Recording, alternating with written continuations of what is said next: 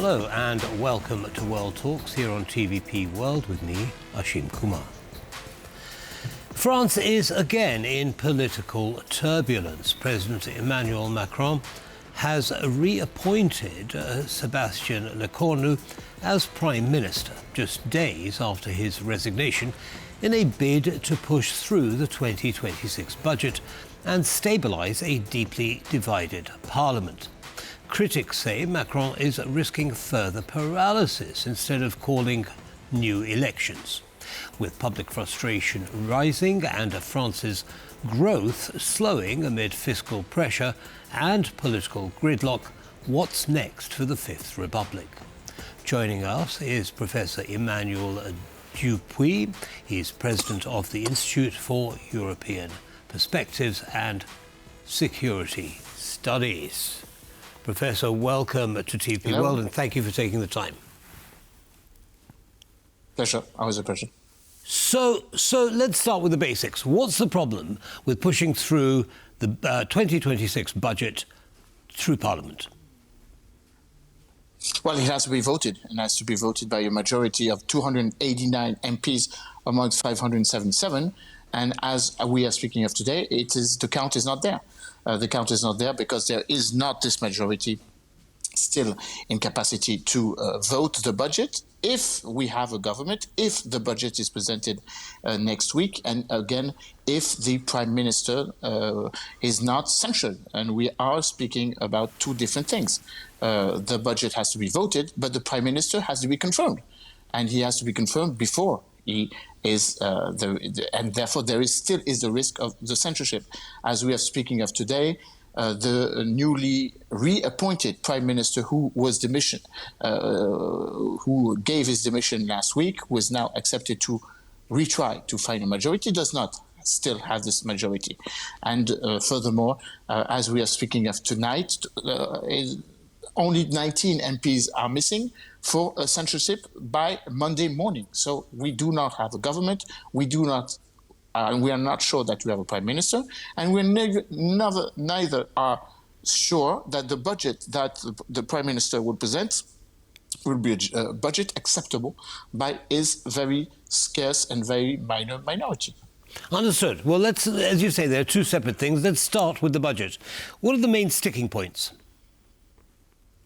Well, the main sticking point is finding 44 billion euros of economy in order to have a sort of boost or a ramp up in order to go to 6 or 5.6% of public debt to 3%, which is authorized by the so-called Maastricht agreement, Maastricht authorizing each country to have minimum of 3% of public deficit. France is 2 times higher than what is authorized. That is the first thing. The second thing is to continue to borrow the money we need to reimburse our debt.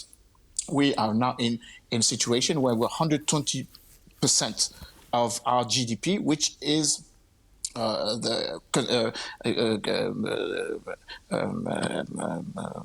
basically our debt of 3,300 billion of euros. In order to reimburse this debt, we need to raise money, and of course, political instability is not a good ally for that. France's note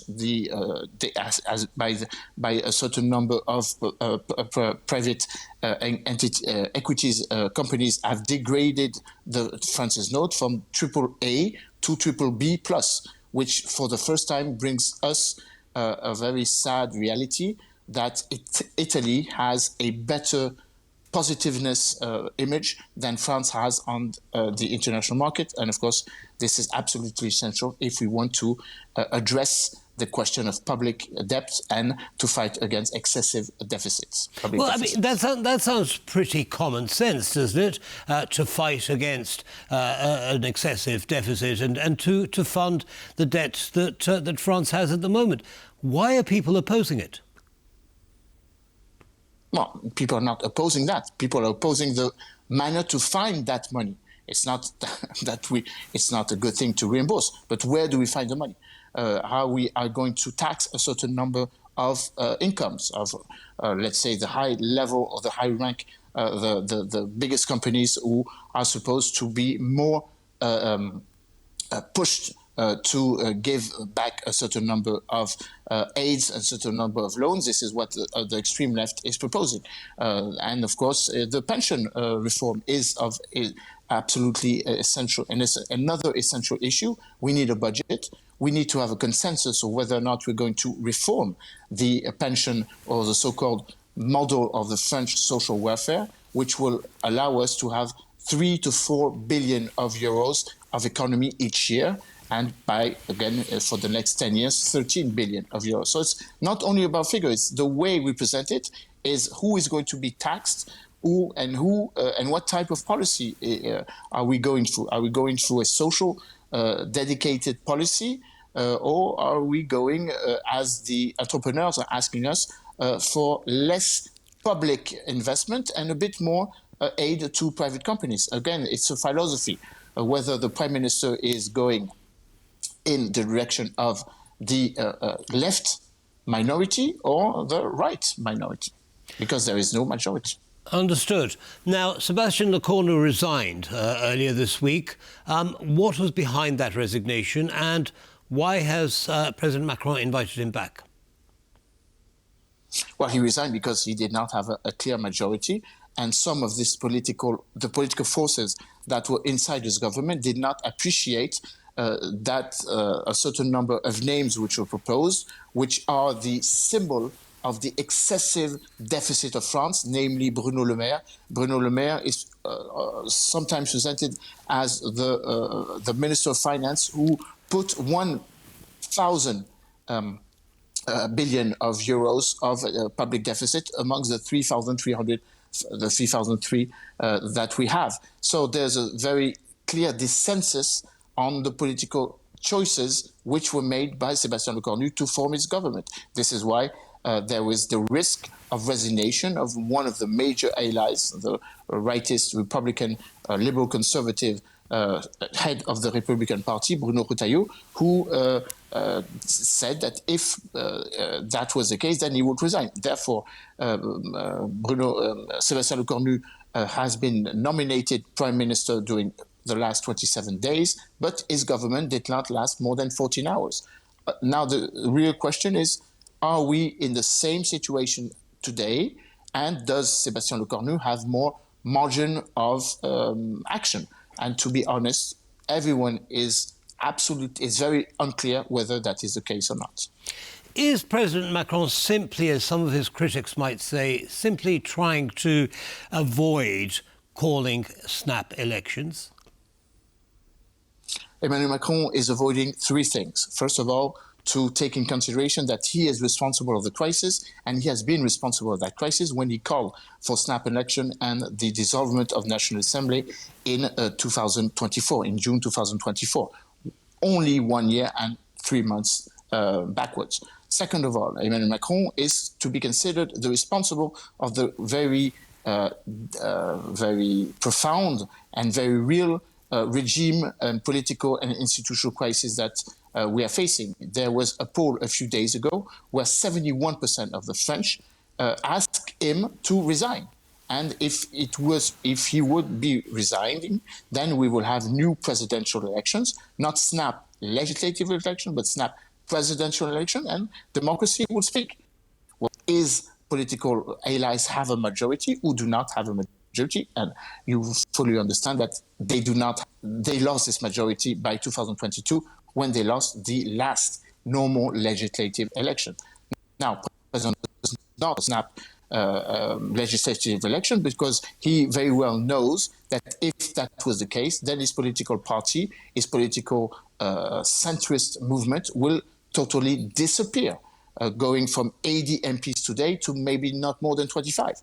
And therefore, his political legacy will disappear in a month's delay.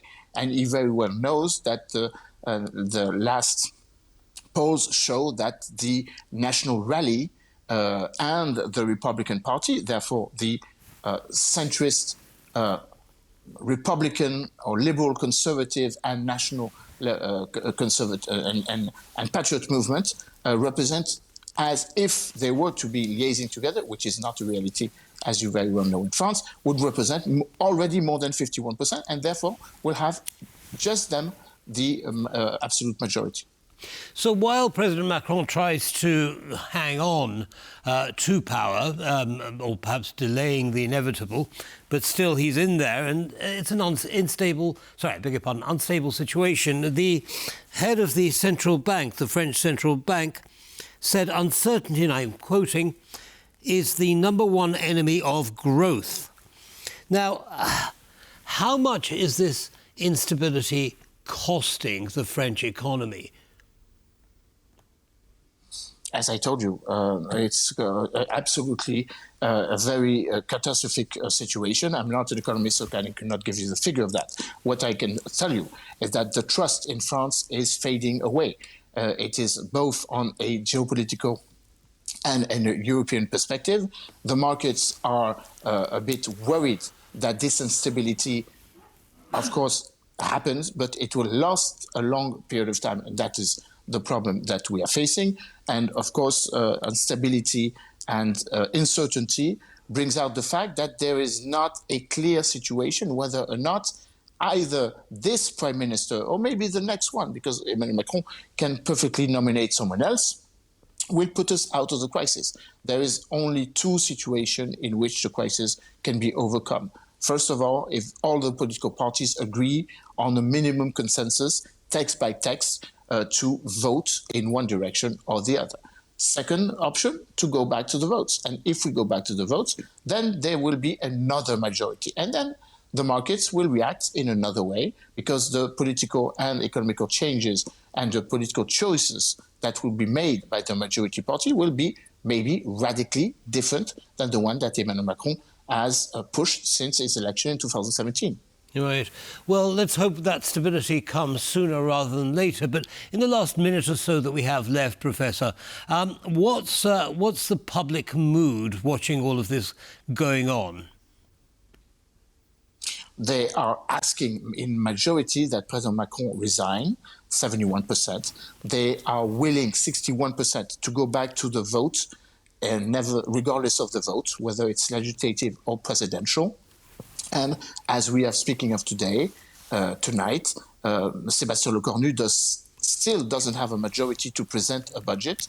And as we are going hours by hours, there is the possibility, a clear possibility, that Sébastien Lecornu may be censured when he will be coming back as Prime Minister to present his economical perspective. And that will not be very long. It will be Monday or Tuesday. Understood. Professor Dupuy, thank you so much for your analysis, and have a good evening, sir. As well. Thank you. And that brings us to the end of this episode of World Talks. Don't go away, though, lots more coming up. Goodbye for now.